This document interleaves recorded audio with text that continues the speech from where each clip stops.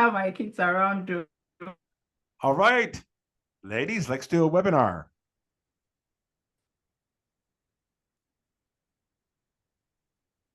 Welcome everybody to Digital Health Africa pitch event.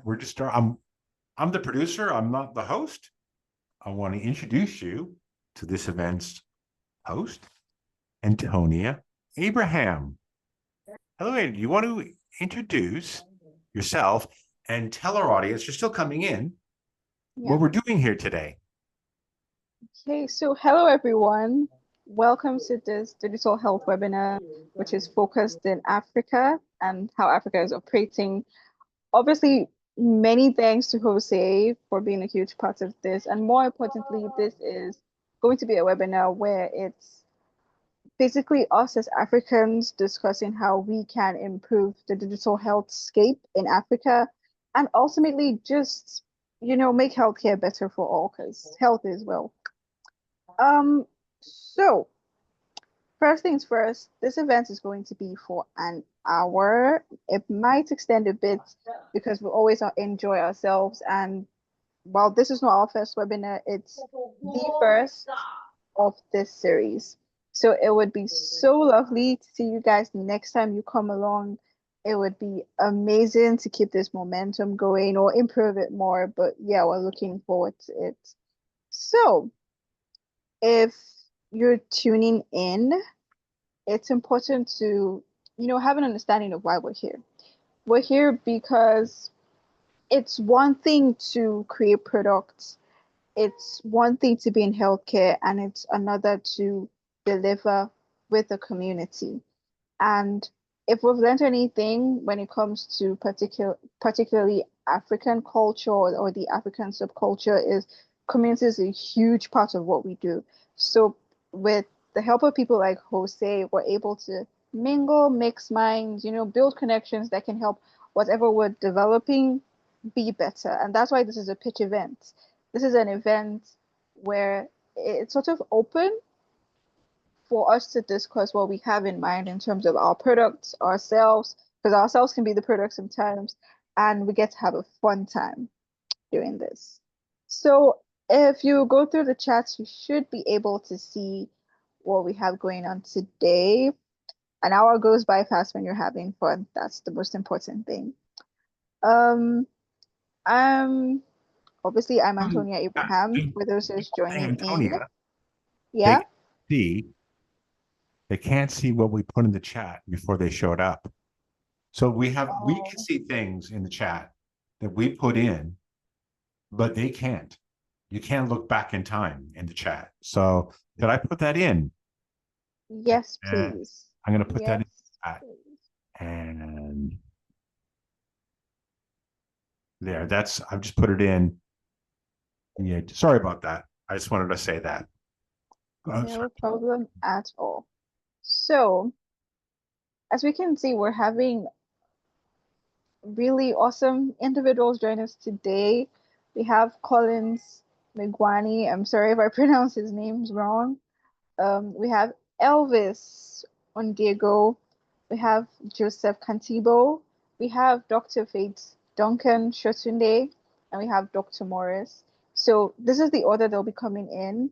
But for now, I'm going to begin because, we set the table by basically explaining to everyone why we're doing this, which is why I was on about. So why are we here? Why are we doing this? We're doing this because as Africans, as people in healthcare, we need a platform that is uniquely ours. And we don't just need a platform that's uniquely ours, we need a platform that works for us. So I beseech everyone in this call, if you enjoyed the webinar, because you definitely will, feel free to go to our LinkedIn page where you're able to connect to other people just like ourselves, and you're able to sort of sell yourselves because there'll be a lot of remarkable people here. In addition to the people who's going to get to speak, you'll be able to have the mic for yourself, ask your questions, mingle, speak about Africa healthcare from your perspective. One thing I remember from the last webinar we had was a very worrying fact. The fact that a lot of data being used in Africa or to build African technology is actually sourced in Western countries. I think about 80% of African data sets are from Western countries, which is hard to put into mind because if something is being built for Africa, we should have an understanding that is of us, right? So it would be important to do that. So to begin the table, let me just start with a small pitch of myself. So my name is Antonia Abraham. I'm everything. I'm into digital health because obviously I'm in healthcare. I'm a physiotherapist. I'm also into AI and automations in a way. I'm also into AI ethics. So a lot of the best way to define me would be someone who understands that healthcare works, but it needs to work the right way when it comes to technology. It has to come through um, the lens of understanding that human lives isn't just for capital gain. So I'm hoping to connect to other people. If you're looking to connect with me as well, please do. We're also going to meet awesome, amazing speakers who do not exactly what I do, but do something very similar and are in the line of making lives in their community better. Again, this webinar is not just it's not just for healthcare professionals, it's for people truly invested in the African scape when it comes to digital health. Point no being digital health. So, I guess with that being said, Do you mind if I make a comment before you start your keynote? yes, please. Yes, please. I'm going to say my personal motivations for why I partnered with Antonia and these speakers, and and Antonia already knows this.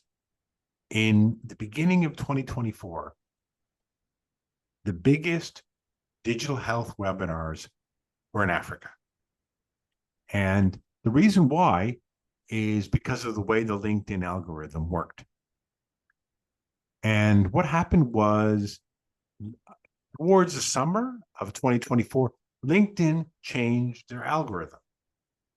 And it was like they put the African digital health webinars on mute. They disappeared. You can't see them.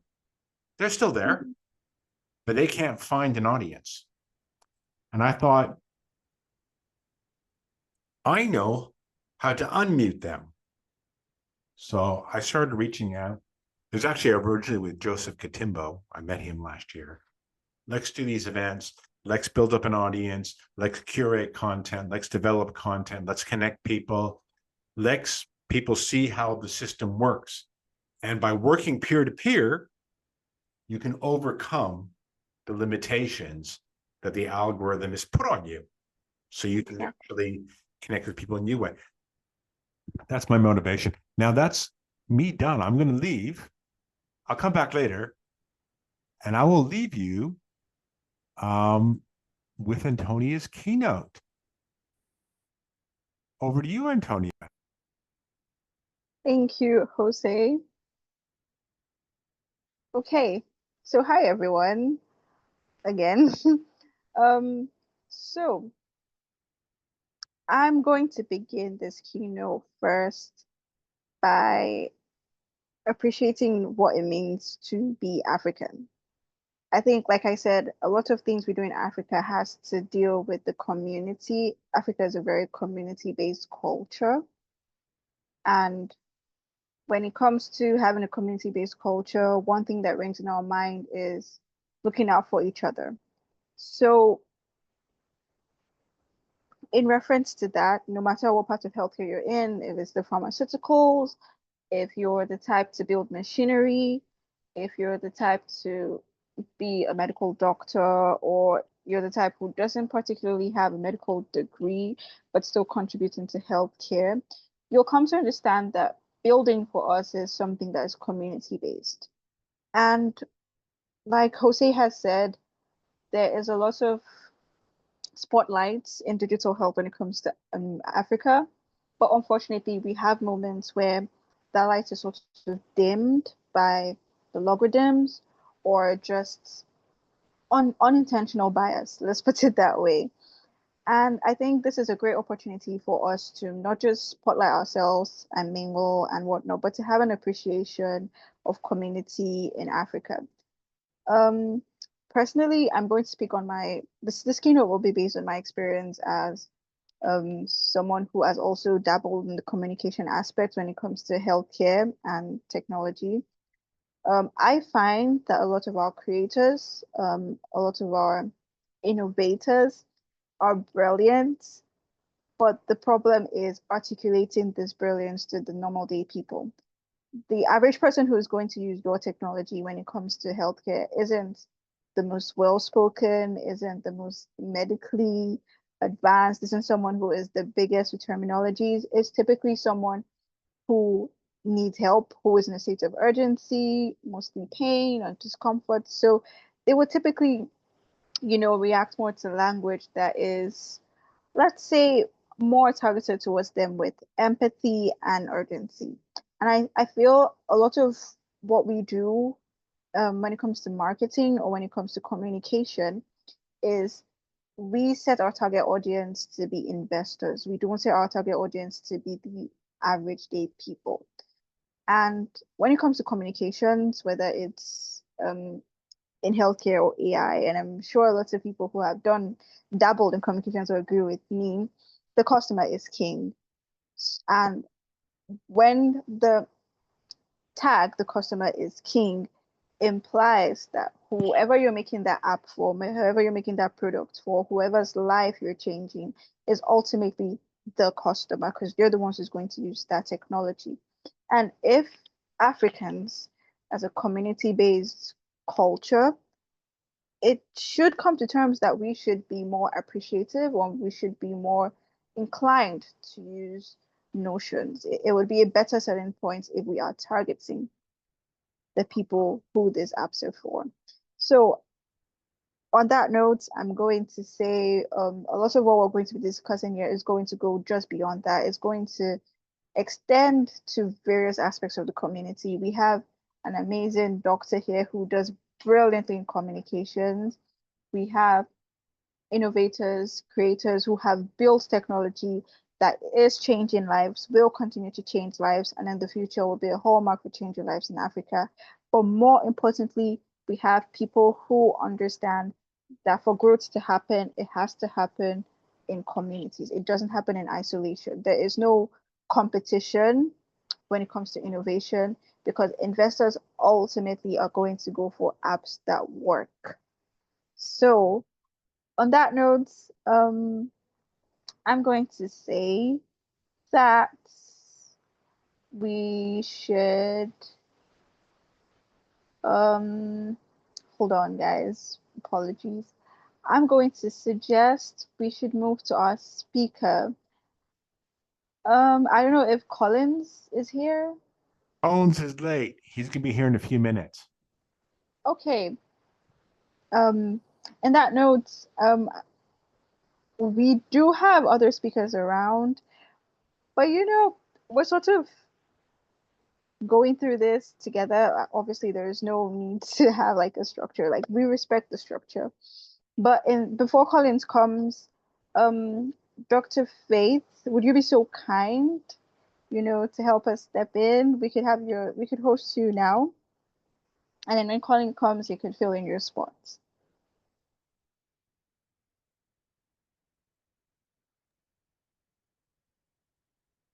Just Faith, you're on mute. Sorry, I muted you. Yeah, that's great. I can. Can we hear me?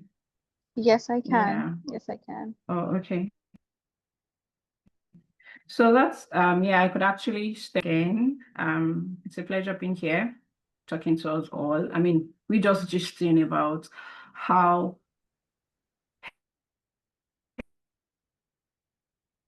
health can see. And there's no better way to do that than to go through the digital aspect of it, and particularly in Africa. And I like when Seems we're having a bit of connection issues.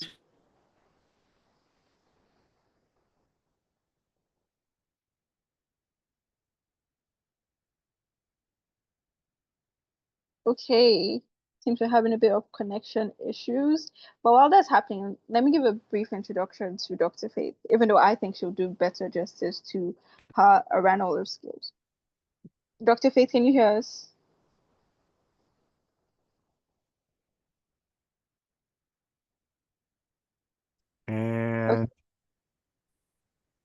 She's Yes, I can hear you. Okay.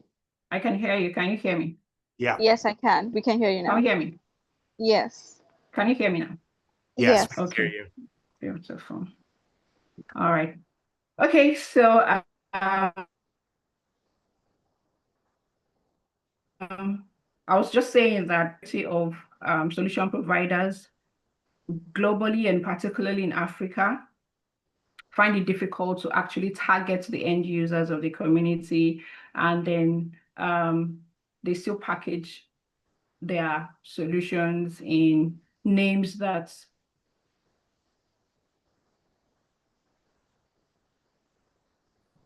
or words that the end user were discussing this. As a means of introduction, my name is Faith Duncan-Shotunde.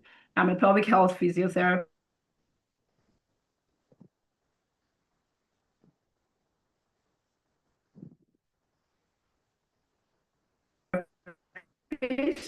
and I am helping women access help to painful sex, because these are challenges that are in the intimate area. Yeah.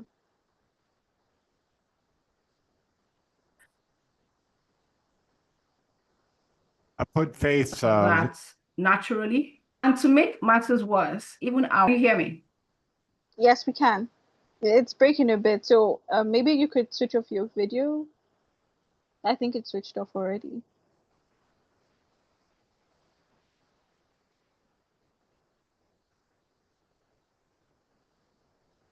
I put Faith's LinkedIn profile into the chat as well, so you can see more about Okay, already. Into that. So last thing we heard was painful areas.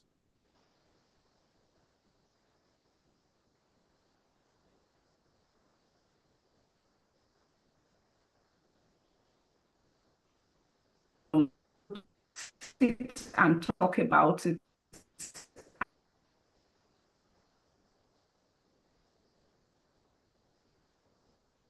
Dr. Faye, I think the connection is really bad. A regular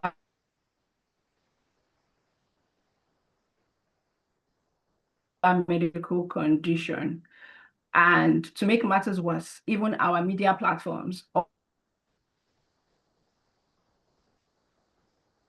It's not working, I'm afraid. Yeah, we might have to pause on Dr. Faith because to truly understand what she's trying to articulate, we would definitely need better network from her part. So I guess we'll have to go to the next available speaker. I don't know if Collins is able to join us now. Can't really see him. I think, you know what we have? Can I make a comment? Yeah, We'll bring on the definitely. next speaker. Sure.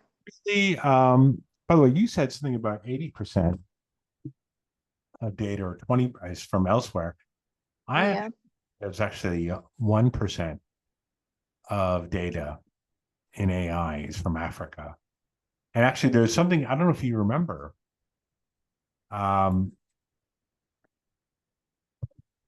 Ginny, in the very first event, Yeah. said she had some symptoms. And she asked, I think, ChatGPT or one of the big chatbots for advice. And one of the things it said to her is, has your skin turned blue? And she says, my skin never turns blue. And but the AI is asking me in the middle of giving me this medical advice that question, and that's totally inappropriate. And what I've also done is I've invited some of the startup founders in the audience to speak and introduce themselves, because I know some of them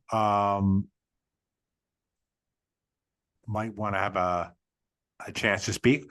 And unfortunately, this is unfortunate. We've had but this happens is we have speakers who've got connectivity issues, And so I've given a couple of people, some of the startup founders in the audience, the opportunity to speak. And so they can pitch. Hopefully they have good internet connectivity. And can I ask you a couple of questions, Antonia? Do you Definitely. mind? And it would be awesome to spotlight them. And one thing is we've so this is a third event we've done now. And one of the, and I know I keep on going back to Cheney, but one of the things that she said and was, don't wait to be invited to the table. Yes. Build the table. And I've thought about that. And I thought, oh, that's really powerful. But I'm still thinking, what does that look like? What does that look like, build the table, in the context of what we're doing here? What does it mean for digital health founders and digital health professionals to build the table? Well, Jose, that is a loaded question because if I remember correctly, the reference in which she was making was in terms of how we have to make African technology for Africans. Like we have to make inclusive ideas for people who understand what it means to be excluded. So I would say the table for us as Africans is owning our own expertise, owning our own products, particularly products, and applying them to the African context. And I think the best way to explain this is using diagnostics, for example. I've been opportunity to work with researchers doing amazing jobs in terms of using technology that can automate reading X-rays or technology that can automate reading MRIs and films. And I've come to the realization that unfortunately, they perform better for people in the West than for people in Africa. So the table in that context would be having to build technologies that works for African. We can have our own diagnostic tool that can be able to put into the context in which Africa works on.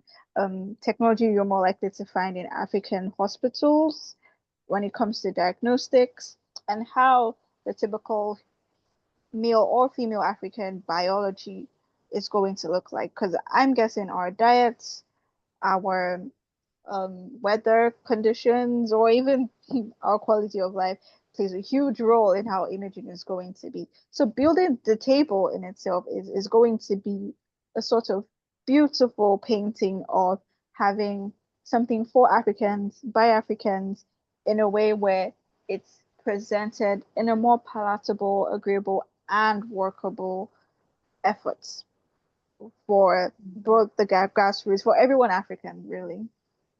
So yeah. And you know, I've been thinking, and I might be a heretic, but there's a lot of people saying, and I know some people back in late 2023, early 2024, and they were saying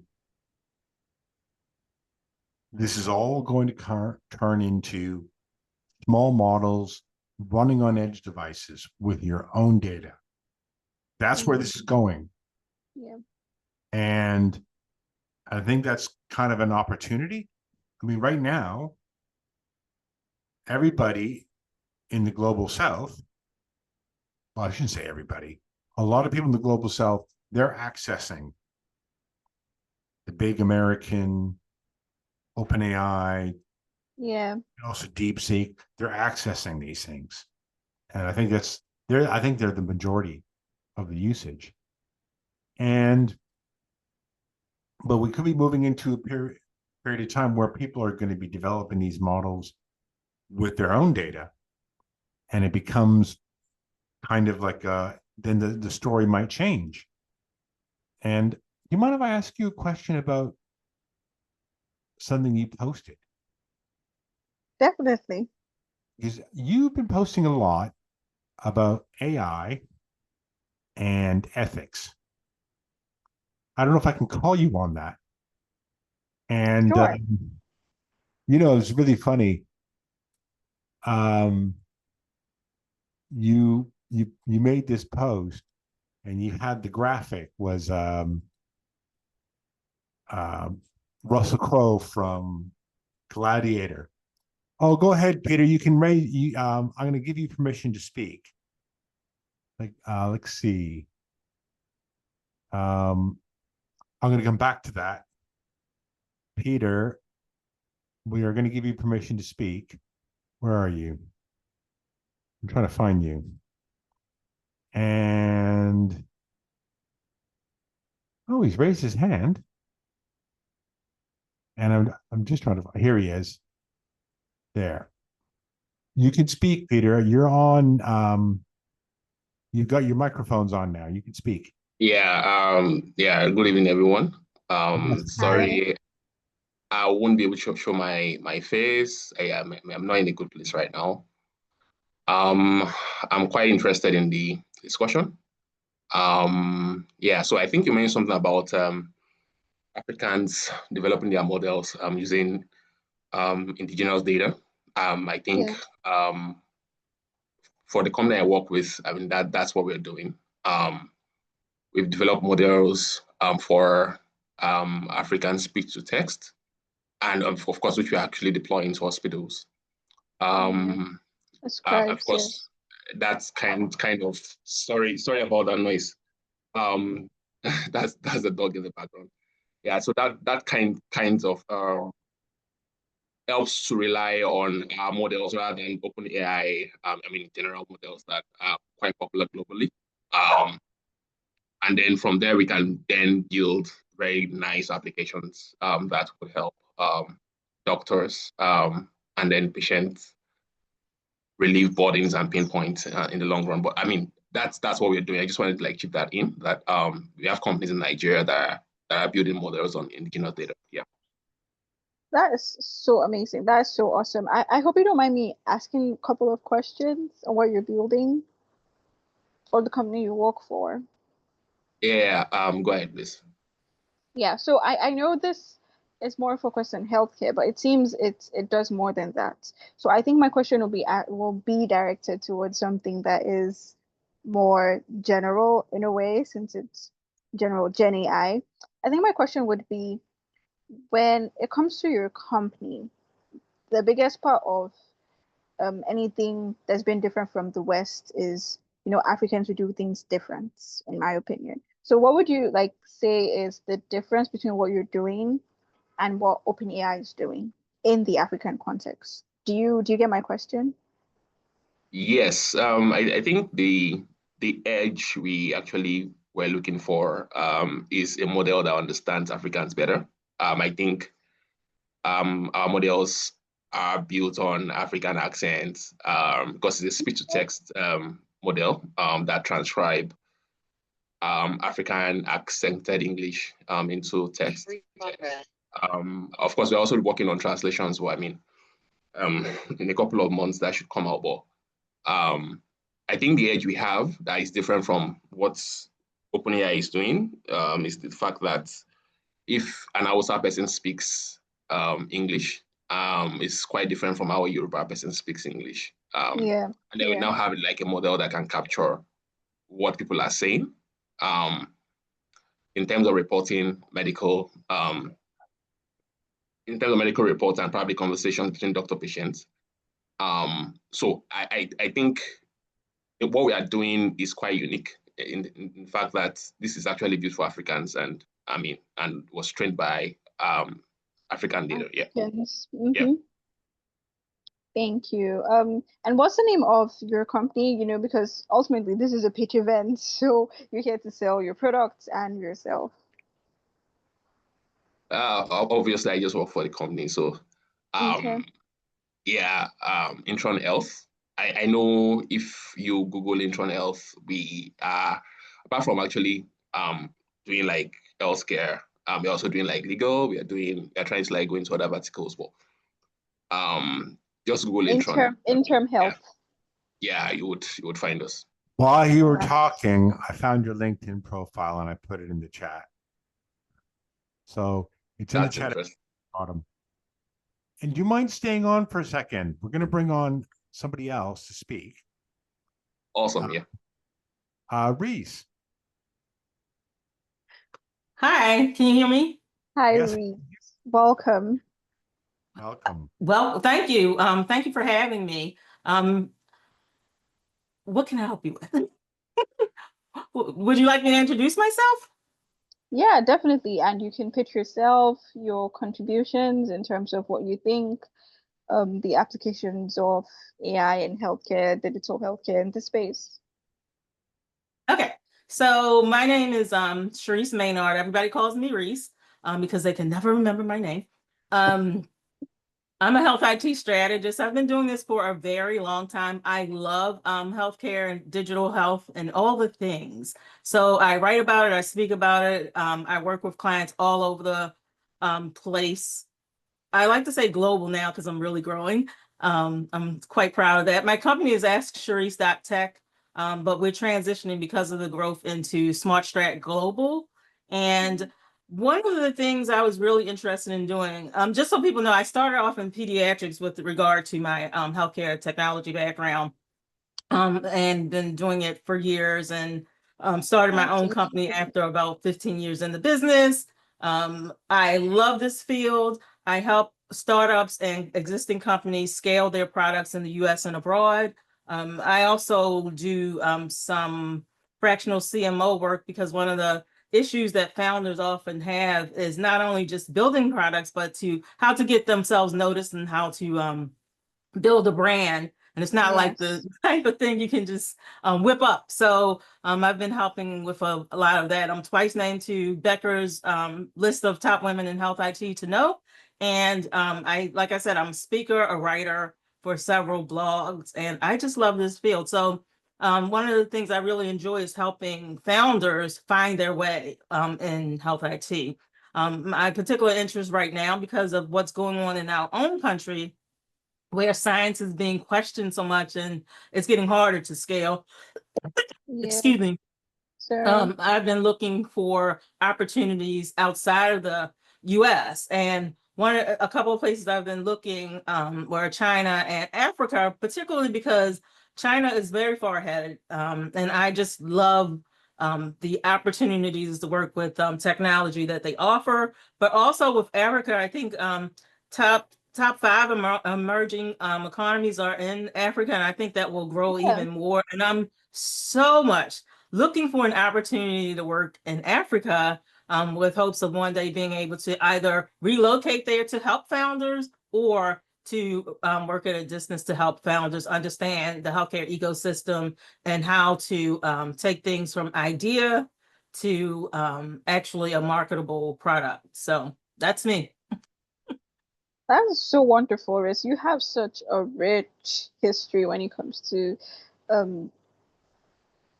health IT, and I'm guessing founders they're going to find that extremely well. Like you said, when it comes to emerging economies, Africa is definitely there. I don't deny China is very, very appealing, even to myself, but Africa is definitely there, and I'm sure people watching this or people currently in this webinar will most definitely see the value of having someone to take them through the health ecosystem.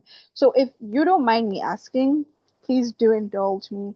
I know when it comes to, because I'm assuming you're based in the US, and I know the biggest issue to the health ecosystem right now is misinformation, which is like a huge deal because no one trusts anyone. Everyone is about big pharma. Everyone is about, so that can be quite similar to what's happening in the African context, because we have decades of belief systems, of myths of how health is supposed to work that doesn't work here. So I just want to just get your perspective on how you think is the best way for people who are starting to build their own companies or build products in the healthcare space can help tackle that as they're growing.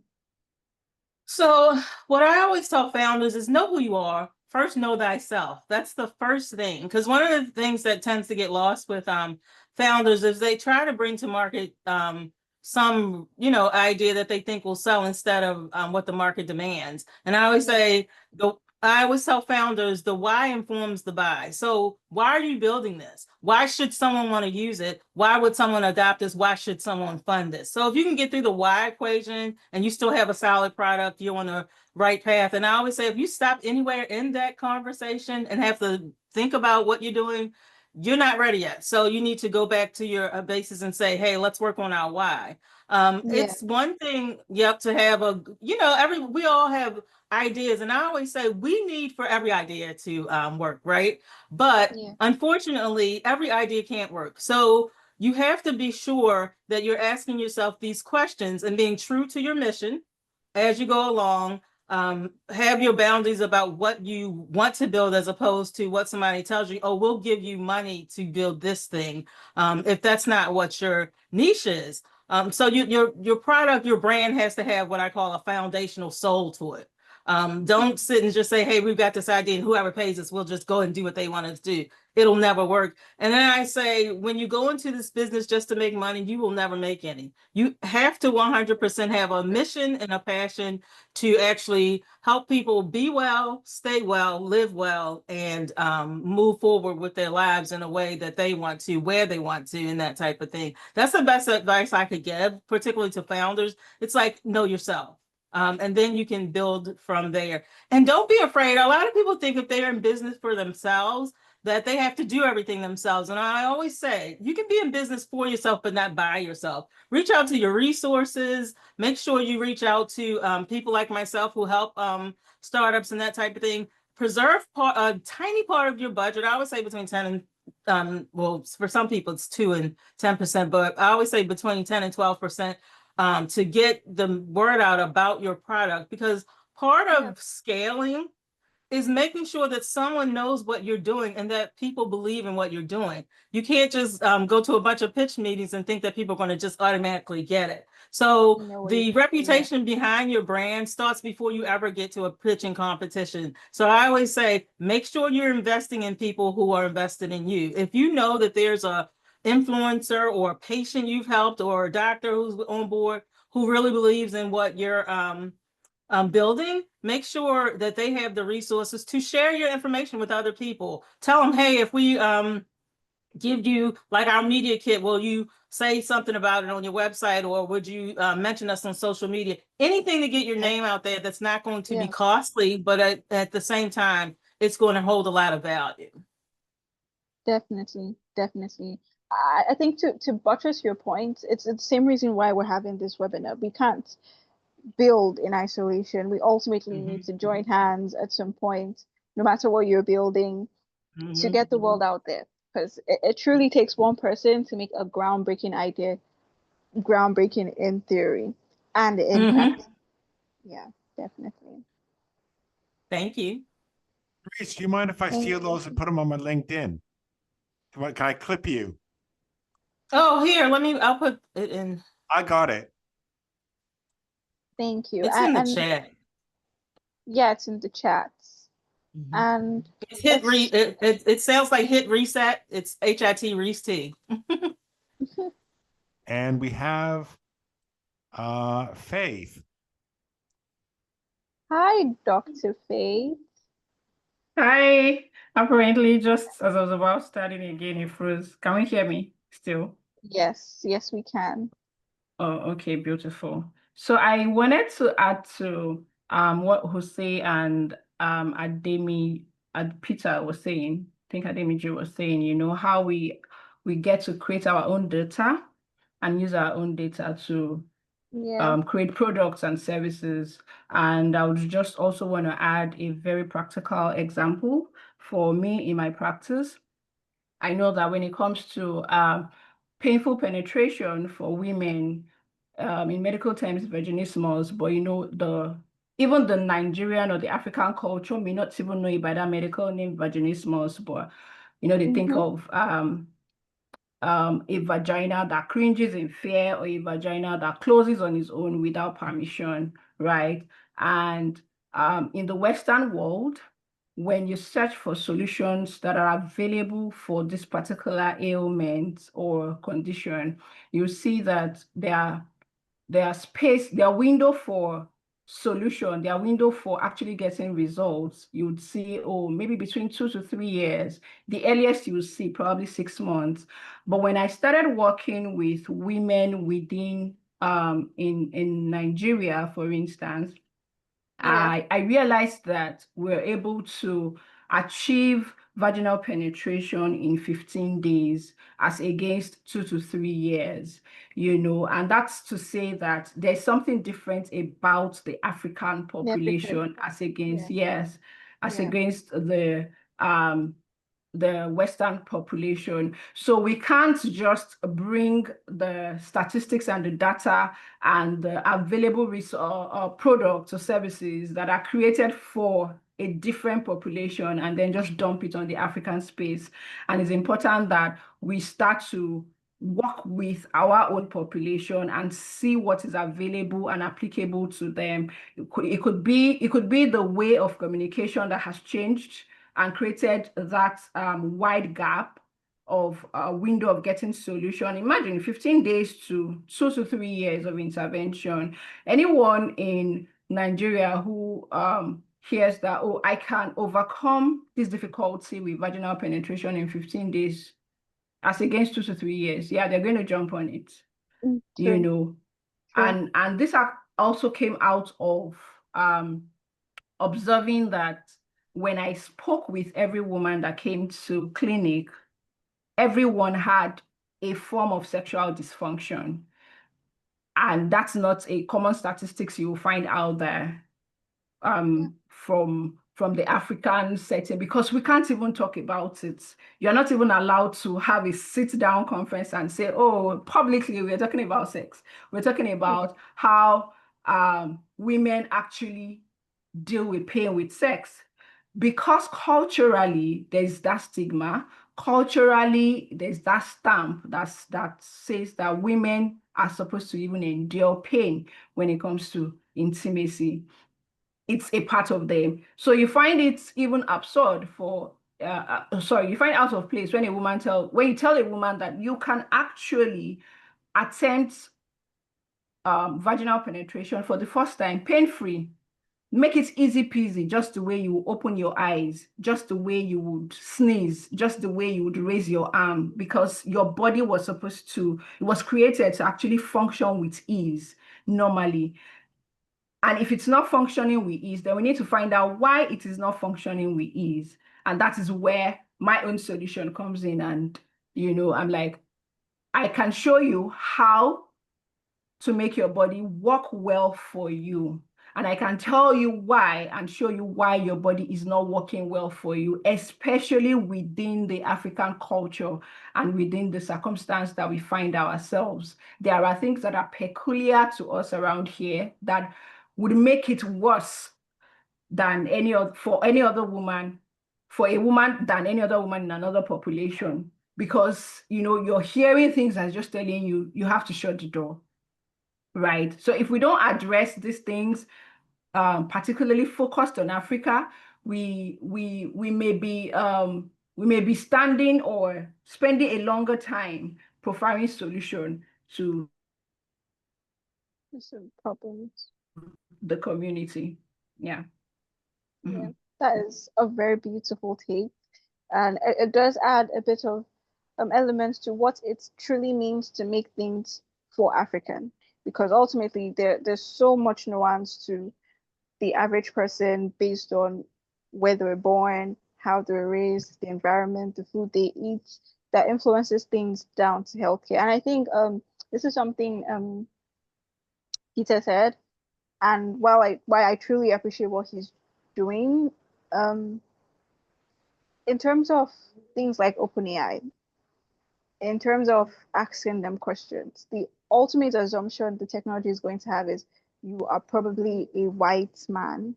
So having technology built by Africans means you can conceptualize with context. So which is an extremely beautiful point that you have made, Dr. Faith.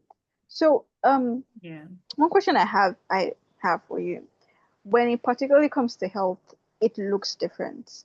Whether that comes with the African female, the Caucasian female, other nationalities, it will always look different in terms of presentation. And I guess when it comes to innovation, we obviously want to be inclusive. The only reason why we're having this discussion right now is because technology that currently exists are not inclusive towards Africans.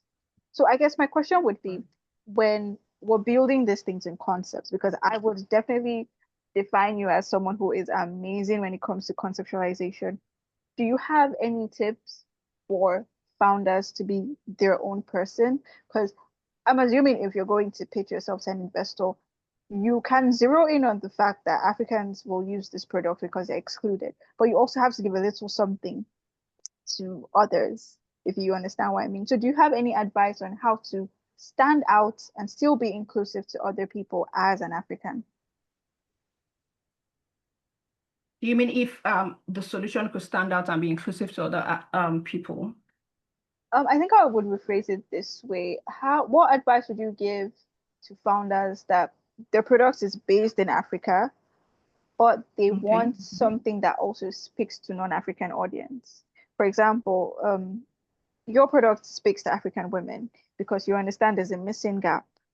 And as someone has commented, digital translation is a huge gap in the African context, and it helps access to health and medical treatment. So if I'm going to meet an investor and be like, oh, this is the problem we have in Africa and this is how it applies, how do I speak to them? Because you're able to speak to us and we're very touched. So what are your tips in addressing investors that this is an African product you should believe in? Oh, okay. So for the kind of product that I give out, it's primarily for Africans, but yes, it can also serve non-Africans as long as you're a human being. I always say that everyone has a pelvic floor, everyone has a pelvic girdle, right? Yeah, male, female. Yes, both the man and the woman, we both have the pelvis, and we also have the functions, the organs, alike. They are similar, and their functions are also similar, right? So basically, once we tweak the culture, if we look at your triggers and then we can remove a part of the trigger and say that, okay, this is not applicable to you, the protocol will still work for you because you're a human being and you still have a pelvis and you still have a pelvic floor. So beyond the African population, it's primarily for Africans, but it can also help every human being, and you would still get your results within the same space of time that an African will get their results. In fact, it is known to say that Africans are more more resilient. They are tougher. They seem to be the one who cannot crack or who cannot break. So if there's a solution that would actually solve a problem for those who, in quotes, are the hard nuts to crack, then if you are the soft butter, know that it's definitely going to do a faster job for you, right? Yes, so definitely. yeah, it's something that investors should actually look into partnering with and providing. In fact, we have investors coming in from Israel, people asking, okay, we also need the solution outside Africa. We love what you're doing, and we know that even with our own population at our end as well, the conversation might be a little light, but it's still conservative. It is still very, very conservative. So the same way you have been able to conveniently put this solution out there and you talk about it without,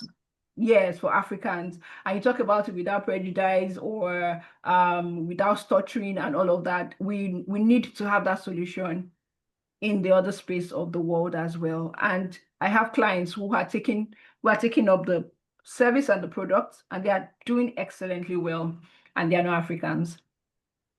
That is so amazing. We've got two more speakers. Okay. We have two more speakers, and we might have to go over time, Antonia. But there's two more. haven't spoken yet. Sorry. And Um, I'm going to Collins, are you here? Absolutely. Hi, Joseph. Hello. Hi, Collins. Hello, Collins. Hi, everyone. Good evening. And just to start with, sending my greetings to everyone in Africa. I hope you're doing well and you're enjoying um, the sun, and also some who are experiencing the high winds too. My name is Collins Mwangi. I'm the CEO at Mini AI, where we are doing a lot of work when it comes to digital health advocacy and also digital health solutions. So I would want to particularly talk about digital innovations and what startups are doing, and also to give real examples of what I'm doing. And I would be happy to take us through that. So just apologies, I won't be able to, be on camera because I am, again, in hospital right now, this speaking. Um, so let me start with digital innovation to address the ground local problems. So ideally, let me give a very simple solution. So there's this one time I went to, I think we went for some hangout somewhere, and I found myself in the middle of nurse and doctors, and they were all complaining of how their patients do not take and complete medication, especially antibiotics. So Mm. it really caught my attention. Why would the patient not get to finish their dosage? Why would they not even get to take medicine? And I'm like, but these people don't forget to be on TikTok, to be on Instagram or Facebook. Mm-hmm. Mm-hmm. What's the problem? And then one of the nurse, she was my friend. She was really passionate, and she was just giving an example of how she gave someone some antibiotics. He stopped taking them. They had to do another dose.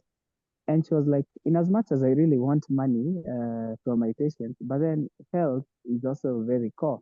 I would be treating Yes. something else than doing a repetitive treatment. So, and I went home thinking that Sunday, what more could I do to alleviate that? And I remember even calling her and asking her, could you explain to me more what the challenge is? And so she came and we had a conversation again. And I noticed even to all of us who are here, some of us even forget to take our tablets, to take our medication.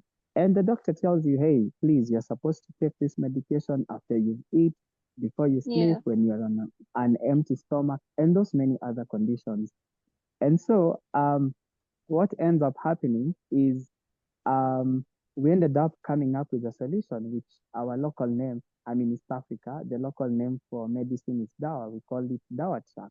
So with Dawa Track, what now patients can do is working closely with a couple of hospitals, namely Cairo Family Hospital, which is in Kenya, and Hamat Healthcare Hospital, which is in East Africa. So where once a patient goes to the hospital, the doctor can be able to administer the medicine and even schedule times for the patient to come.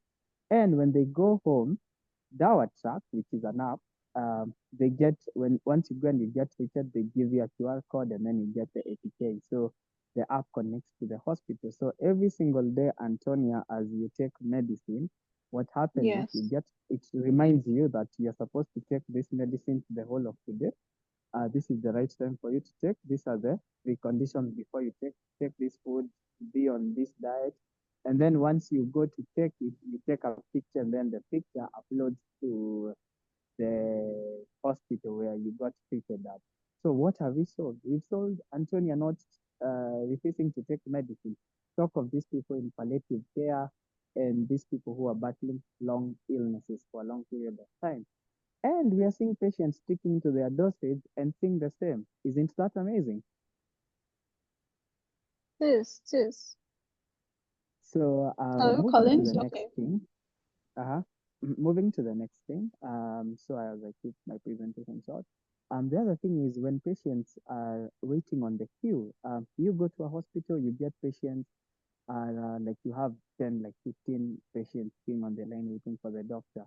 So with another practical example is Cairo Dental Hospital, another hospital I'm working with. So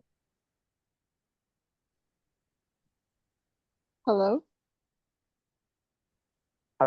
Is okay, we have, sorry, you have me? Am I here? Hello? Yes, Can you we hear me? can. We can. Good. Sorry, just some patient call. So what happens is even as you wait for the doctor on queue, you do two things. One, you play a game. So we did another health solution called Chaser AI. So as you're waiting for the doctor on the queue, you get to play games around medical health, like how many times should you brush your teeth? If I'm taking this kind of medicine, what should I do? And it's very, very interactive. Yeah. In the hospitals where we've rolled out the Chaser AI game, we've seen patients come and they wait for the doctor, they get to learn a lot of stuff. And some of them who are parents get to send the links to their children. So that sounds to be, that's very amazing for them. And speaking on the same sense, also just coming up with solutions that are able to monitor patients' record keeping, which is what we were talking about last time. And Yeah. from, I think, 2 months ago when we had this conference, we were talking about how do we go and make change.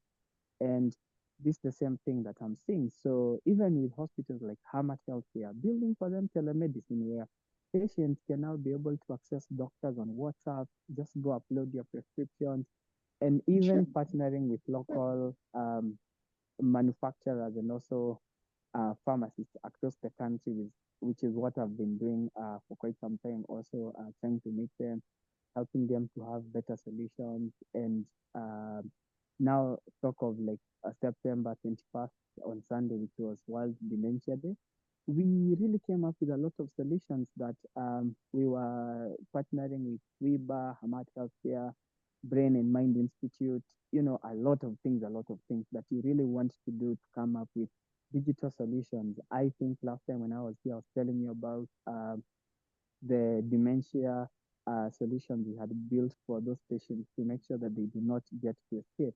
And even as I'm doing my trip to East Africa, these are the same things I'm doing, meeting local hospitals, local caregivers, and doing so many things with them in the round of tech. And by the way, what you see is people in the medical side, both the patient and also the doctor, they're really coming up to take these solutions. And so what's my appeal to all of us today in the conference? My appeal is, could we go and build solutions for our local business? In as much as we have the conversation about, hey, you know what, I want to scale, I want to make sure Dawa Track is the next big thing. As of today, I think we have 100 patients using Dawa Track in East Africa. And that makes me feel so good, even without looking at the monetary value, but rather looking at what's the impact. Am I solving the local community, the local problem? And see, this is where technology, AI, and software engineer comes to build and put capacity to build and put capacity to what we are having. So those are my remarks. I wish people in West Africa, South and North, and everyone listening to the sound of my voice, they would be very happy to start solving their local problems before even start thinking about global. Until this is the last thing I'm talking about. Until recently, I saw someone from Paris and someone from West Africa and one from UK Googled me and they looked at what I'm doing and they were like, hey, I want to come and see what you're doing there in East Africa and I want us to take it to West Africa. So start by addressing the local challenges through innovation and technology. The room for scaling and getting investors will always be there so long as you have solved the ache that is aching the local healthcare challenges where you are at. Thank you once again. My name is Collins. I am the CEO and founder at Mini AI, where we have all these different solutions. Thank you so much, Antonia, and thank you, Jose. Apologies. Today is that crazy day in the hospital and also my network. I'm super sorry. Thank you. Thank you. Thank you so much, Collins. And obviously, please do get well soon. I particularly love your product because you established something Reese just said. You have to own what you're doing. Like you have to make sure it's relevant to you and it's definitely a you thing. So I genuinely appreciate that your product is something that stands out distinctively, not just for East Africa, but to help people remember when to take their pills or to remember when to take their drugs, which is something I think is already a huge character and a huge need in the African context and beyond. So thank you so much for tuning in with us. Jose, I think you're about to say something. I was going to say something to you.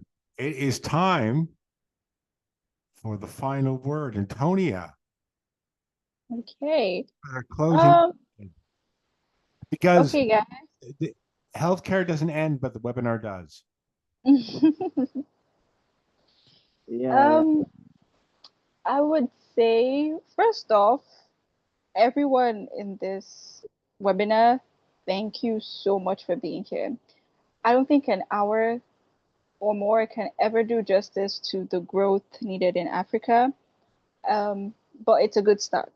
Like Jose said, the conversation doesn't end here, but the webinar has to end at some point.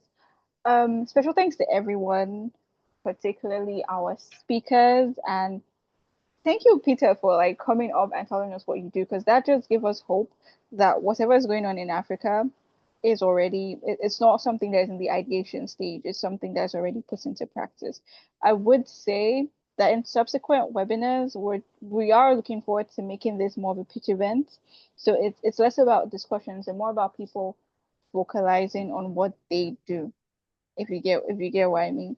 So thank you everyone for being here. Unfortunately, we could not have all the hosts, all the guests really, but I'm sure in subsequent events to come, they will do remarkably well and will be able to expatiate extensively on what it means to be African and provide, or rather to cater to the African population without losing that soul of community. And do check out people who were able to speak here, from Reese to Peter to Dr. Faith and even to Collins. I'm sure Collins isn't feeling well too soon, but if he does, when he does, and he definitely will, he'll be able to give such an insight on what it means to work in East African space and what it means to be an innovator. And so will Dr. Duncan and everyone else who has spoken. So thank you all for being here. Jose, do you have anything you'd like to say? Thank you very much, everybody. Thank you. Thank Take you, care. everyone. Bye. Thank you. Looking forward for the next Digital Health Africa conversation too. Let's see what you have for us. Definitely, and it will definitely be bigger.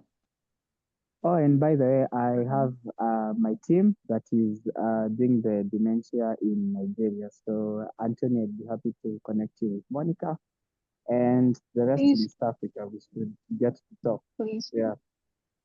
please Okay. do. Sure.